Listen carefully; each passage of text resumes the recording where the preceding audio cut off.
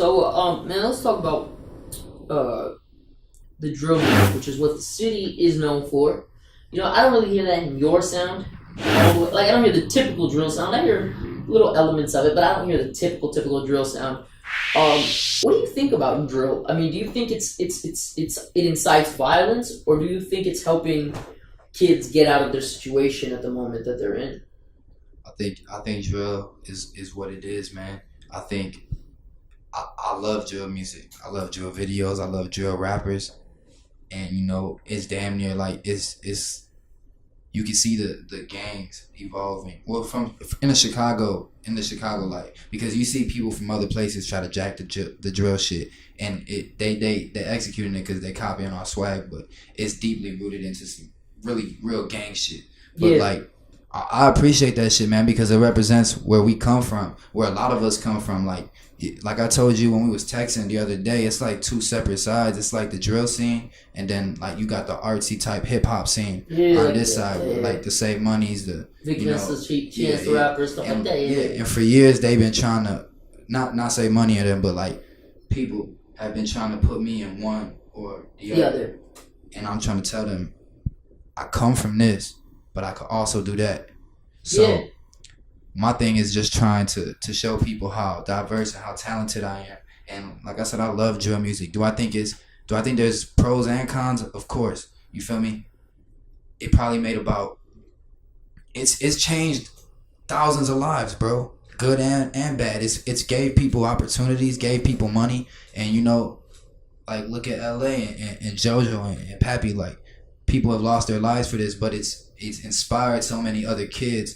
And Keith inspired so many people to get up out these situations, bro. And even if you don't got nothing to do, you could fall back and be a rapper and try that. Like it's just, it gave motherfuckers hope, bro. In a place where nobody had hope, because we was gonna kill each other anyway. Okay. Yeah. So it was there before the drill, or whether the drill's there or not, it was there. So it doesn't really matter. The drill don't. And I see what you're saying, and I totally agree with you. There are pros and cons to it. I definitely agree with that statement. Yeah. All right, man. So, we talked about the Chicago drill scene and stuff like that. So, what do you credit to you being so diverse and being so different in your rhyme style and your music and stuff? Because you do hear a lot of the same type of music from Chicago. People put their own twist on it, but it's drill. So I'm wondering how you went the other way as far as like the way Chance and Vic went. Do you think? I mean, do you can you find something to ask him, bro? Oh, shit. Do you think that like I'm completely separate from that though, or do you think like I do? I feel like I do. I don't feel like you're not from that, but I feel musically, yes, you're definitely separate from that. Okay. Maybe not. Because I feel like I like to channel like the influences I get, like.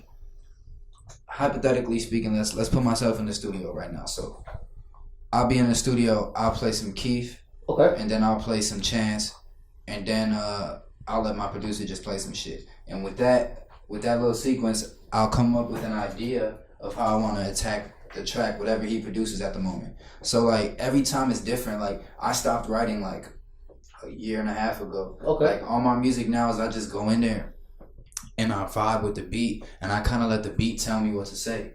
Okay. If that makes sense. I just float on that motherfucker. Like, I'm finally figuring out my craft. I'm finally figuring out how I'm supposed to be doing this shit. You know what I'm saying? Like, for a while, I was like confused. But if you listen to my music now, I'm just doing a bunch of shit. Like, literally combining shit you're not necessarily not supposed to, but that you wouldn't really think, especially someone coming from someone like me, Yeah. So I mean, I think that's where my diversity comes from. Is just I'm not scared to do anything. Yeah. You feel me? Even if a motherfucker told me right now you can't sing, I'll try to sing in this bitch. Yeah. You feel me? So we talked about the white thing, the white rapper title and all that, right? So I heard you speak on another white rapper in the game, Slim Jesus. Right? Damn. You said he makes me as a man who lives this and with the skin color he has, Yeah. makes me look like a joke.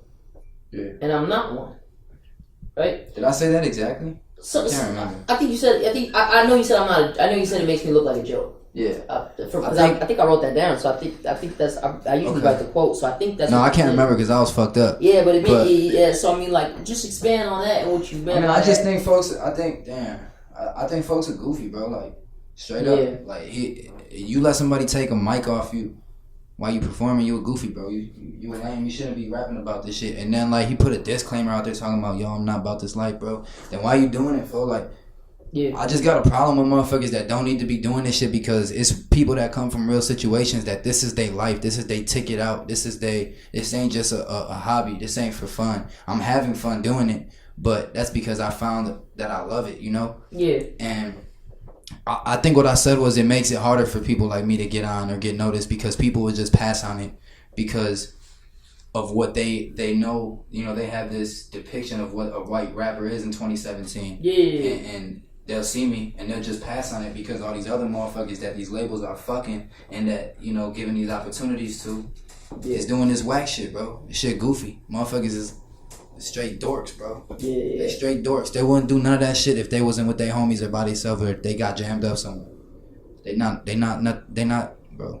Why, motherfuckers know what it is. Let me ask you something, man. So, like, you talk about, like, you know, why do you think that in hip-hop, it's important that we emphasize you have to live what you're writing or have been around what you're writing, but whereas in rock and, you know, in other genres of music, like Vlad says, Johnny Cashkin says he went and killed somebody. He didn't. Nobody really believes that he did, and he probably didn't do it. And nobody really cares. Nobody really tripping off like, oh, it's got to be authentic. He's really had to have done stuff like that in his past. Why do you think that's important to hip hop? I think, man, I don't know. Honestly, I don't know. I just feel like there's this certain like criteria you gotta meet in order to say some bold ass shit that I think it's a little bit more rock and shit like that is kind of like more weird and movie like esque. Whereas in hip hop, a lot of this shit coming from the right person is like real life experiences, like Johnny, or who'd you say? That's exactly what I said. Johnny Cash. That's exactly what I said. He could say some shit about killing somebody and it could be a fantasy or it could be a metaphor for like a drug or something. Yes. But I'm not gonna say a specific rapper, but a drill rapper from Chicago would say that shit and you'd be like, damn, he painted that picture so vivid because he actually did that shit. Yeah. And there's this certain respect, like you could tell who's doing it and who's not doing it, like. Yeah. And if you got that respect, it just, your music resonates more. Yeah, I think one thing you said, you could take it a step further and you could say that not only do the people that tell these stories depict these things so vividly, they are really living this. And people like Johnny Cash are not.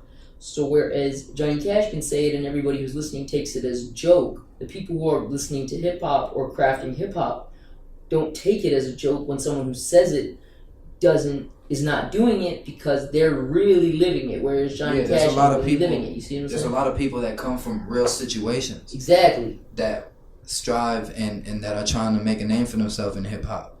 And, you know, eventually you're going to run into them, bro. So if you talking all that shit, just I hope you can channel that when you run into them because there's real people out there that's really doing this shit.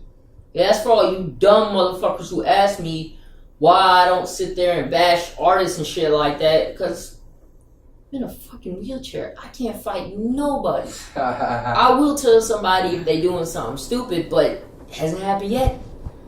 Like, y'all stupid as hell.